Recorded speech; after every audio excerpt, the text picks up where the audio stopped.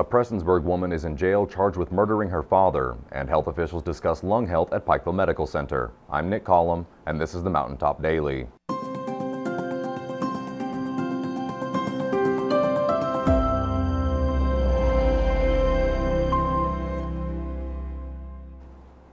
Prestonsburg police are continuing to investigate after a woman called 911 to report she had shot her father. Now the father is dead and the daughter is in jail charged with murder. Sheldon spoke with police about the case, which still has many unanswered questions. A woman is now in custody and charged with murdering her father in a shooting late Monday night. Prestonsburg Chief of Police Ross Shurtleff said 22-year-old Summer Atkins of Prestonsburg called 911 at about 11 p.m. Monday and told dispatchers she had just shot her father, Jimmy Dwayne Harvey. At just before 11 o'clock last night, Prestonsburg Floyd County ECC took a 911 call from Summer Atkins, and she said in the 911 call that she had shot her father. We responded to the scene, located Miss Atkins in the front yard of the residence.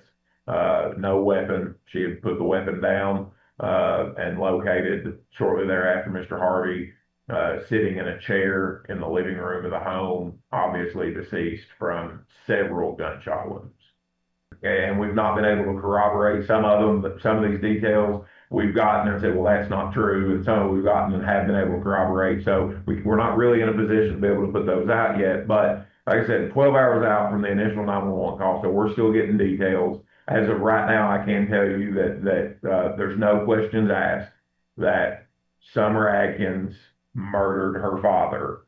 The events that led up to that shooting are still very much under investigation. There's multiple witnesses that preliminary interviews have been done, and we're going to have to go back and follow up on some stuff. So building that picture as to what caused the shooting last night, we're still in the process of putting that puzzle together.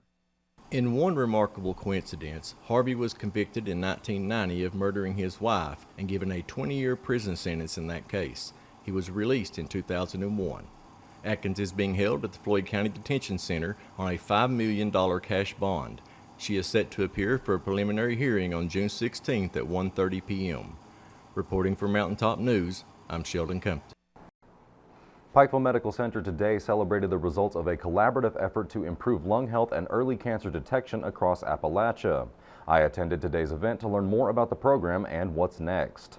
On Tuesday, June 10th, Pikeville Medical Center celebrated the success of a 2-year grant collaboration with the Association of Community Cancer Centers and the Appalachian Lung Cancer Screening Initiative. Over the past several years, early detection and treatment has become a greater possibility thanks to new advancements in technology and grants such as this. Physician Chair Michael Gieske tells us more. We're trying to change the narrative.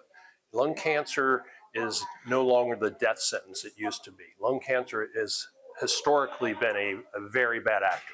It's a very aggressive cancer, and unfortunately it's often found too late when the chances for cure are not as good. But we're, even with late-stage lung cancer, making tremendous inroads. We have patients now that are 15 to 20 years out with stage 3 and stage 4 lung cancer with no evidence of disease. They can't find it. But going after it early, catching it early, that's the best way of curing lung cancer. You can have a greater than 90% chance of curing that cancer if you catch it in stage 1. PMC has been able to learn new practices which makes the screening process more efficient. Since the start of the program, more than 500 stage 1 cancer detections have been recorded. It's a learning environment, and we depend very much on feedback. We like to share best practices, and that's a lot of what we've done over the years. I come from a program that has a very robust lung cancer screening program. That's part of why I came into this role. We've done over 50,000 lung cancer screens now. And it's not just the number of lung cancer screens that we've done, it's the results that you see. We found over 500 stage 1 lung cancers since we started our program. We're finding 1 lung cancer for every 25 unique patients that we screen. So a very high yield for a very simple test. Coming up after the break, it's almost time again for Pikeville's annual Dinner in White. We'll give you a preview when the Mountaintop Daily continues. But first, sports and weather. With this Mountaintop Sports Report for Tuesday, I'm Brittany Rowe reporting. Beyond the Scoreboard returns on Wednesday with the sports season recap at 6 p.m. Fans can watch live on Mountaintop TV, our free Mountaintop TV app, and our Mountaintop Sports Facebook page. We will take a trip down memory lane of all the wins and some of our mountain legends who lost their lives this sports season. For the latest area high school and college sports news, check us out at mountain-topsports.com or like and follow us on Facebook, X, and TikTok. Reporting for Mountaintop Sports, I'm Brittany Rowe. Have a great Tuesday, sports fans.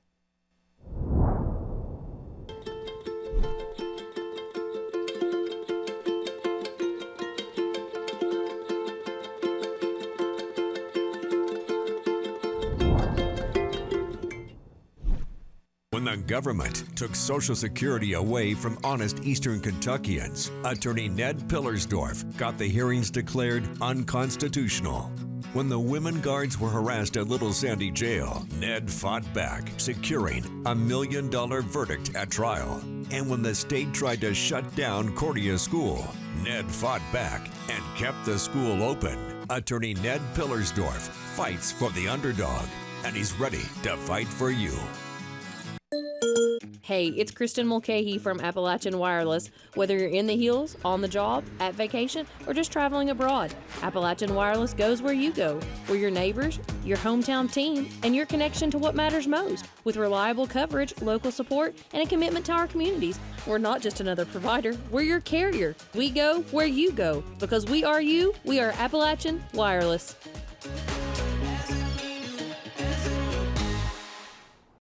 Dinner in White returns to downtown Pikeville this weekend, promising a night of food and entertainment under the stars. Robin tells us what to expect from this year's event. Keeping a city clean and pretty isn't cheap. That's why Pikeville Main Street is hosting their 12th annual Dinner in White. This was an idea 12 years ago that our then Main Street director, Mitcha Trimble, had to bring awareness to downtown, to have something fun in the middle of the street and see how it went. So that first year we had about 120 people that lined up on Main Street to have a beautiful dinner, and this year we're expecting 600 people. But the idea behind Dinner in White is to raise money for the Pikeville Main Street program to put back into the downtown for beautification projects, flowers, pots, murals, different type of landscape creations that we have, also to help our businesses with facade programs, facade beautification projects, cleaning of awnings and things of that nature. So all of that goes back into the Main Street program to support our downtown. Downtown has already begun its transformation for this big event, and participants get to decorate their own tables.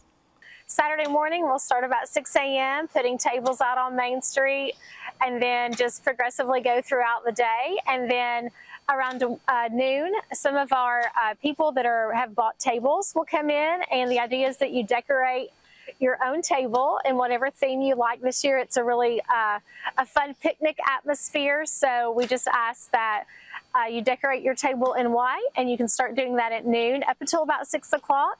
And then around 7, we'll start with cocktails. 7:30, welcome everybody, and then we'll have a wonderful evening of dinner and dancing and socializing right in the middle of downtown. Registration is required and can be done by going to the Eventbrite website and searching for Dinner in White in Pikeville. You can also purchase tickets in person at the Pikeville Visitor Center. More details can be found on the Pikeville Main Street Facebook page or by calling their office at 606-213-2359. Reporting for Mountaintop News, I'm Robin Tillman. That will do it for this edition of the Mountaintop Daily. Be sure to check us out at 6 p.m. every weekday on Mountaintop TV, the Mountaintop TV app, and the Mountaintop News Facebook page. With your Mountaintop Daily, I'm Nick Collum for Mountaintop News.